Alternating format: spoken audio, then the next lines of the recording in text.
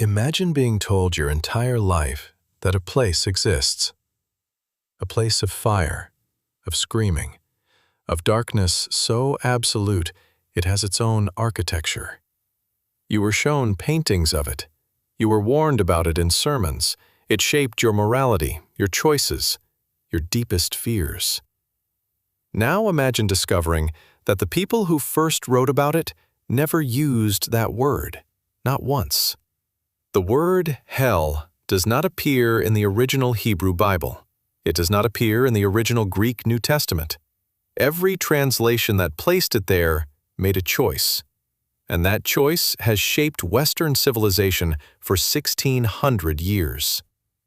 This is the story of how hell was built. In the original Hebrew text, there is a word, Sheol. It appears 65 times across the Hebrew Bible. Jacob says he will go there when he dies. David says his enemies will go there. Even the righteous are said to descend into Sheol. And what is this place? It is not fire, it is not torment, it is not demons, not screaming, not gates of iron. Sheol is silence. A deep, dark pit beneath the earth where all the dead go, the wicked and the righteous, together, in darkness, without memory, without experience. Ecclesiastes says it plainly, there is no work or thought or knowledge or wisdom in Sheol where you are going. Not punishment, just absence. No judgment, no division, no fire, just the end of everything. So when did fire enter the picture? The answer begins not in Jerusalem, but 600 miles east, in a city called Babylon. In 586 BCE, the Babylonians destroyed Jerusalem. They burned the temple to the ground. They killed the king's sons in front of him. Then they put out his eyes. So that was the last thing he ever saw. For 50 years, the survivors lived in Babylon, and in Babylon they encountered something they had never seen before. A religion called Zoroastrianism. It had a house of song, a paradise of light for the righteous, and it had a house of lies, a place of fire and torment for the wicked. When the Persians freed the Hebrew people in 539 BCE, the returning exiles brought something back with them, not just their language, not just their traditions. They brought back the idea that death was not the great equalizer. The seed was planted. In the New Testament, Jesus speaks of a place of punishment 12 times. He calls it Gehenna. Most English Bibles translate this word as hell. Here is what Gehenna actually was.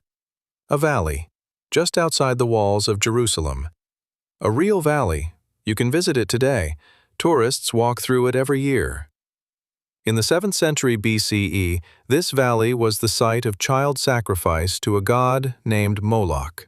Fires burning day and night. King Josiah later desecrated the valley to make it ritually unclean, and for centuries afterward, Jerusalem used it as a garbage dump. Rotting refuse, dead animals, the bodies of executed criminals thrown over the walls. It burned continuously, not with divine fire, with trash.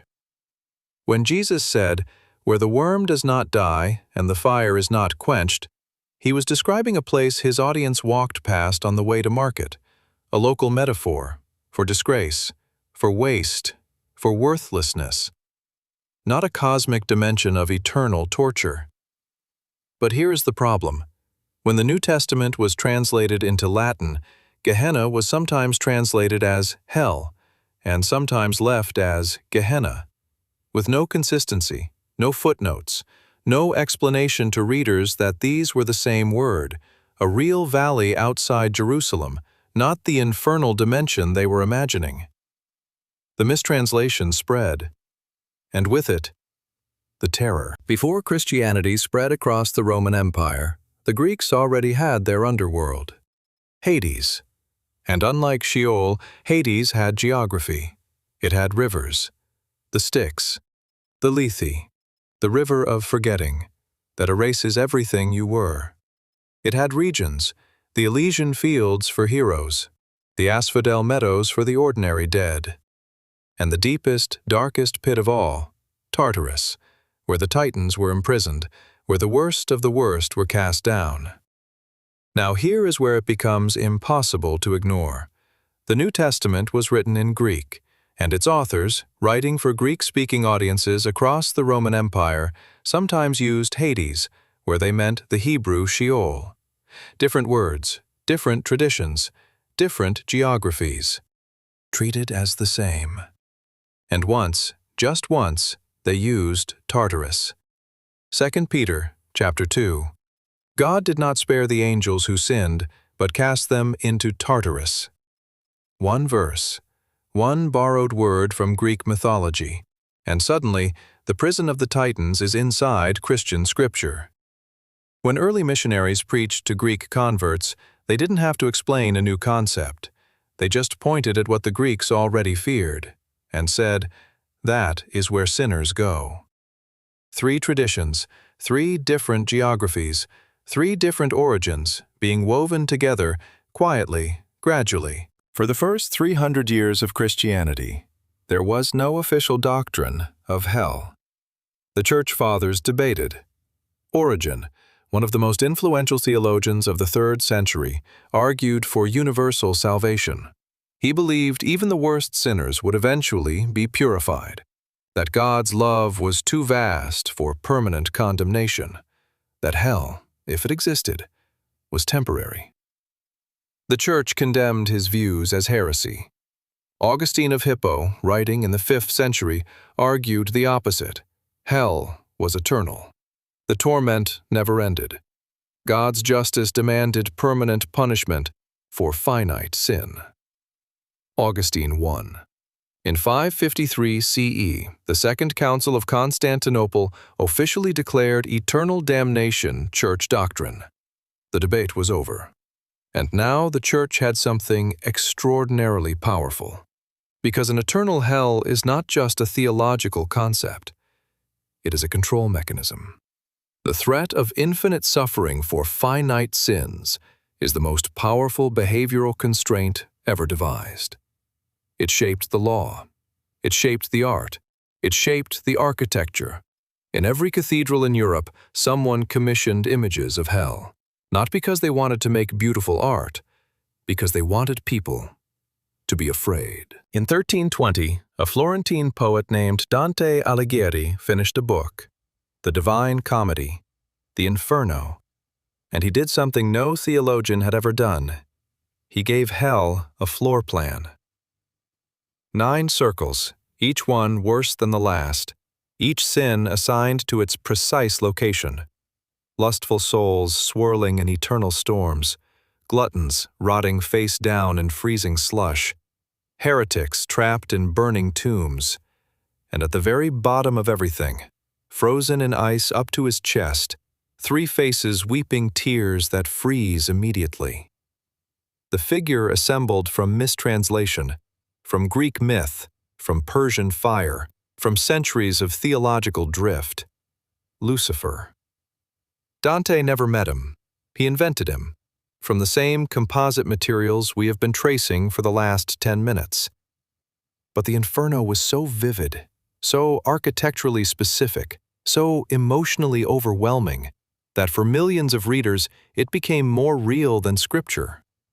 The hell that most people picture today, the fire, the circles, the specific punishments, comes more from this one poem than from any biblical text. So here is what the hell you were taught to fear is actually made of.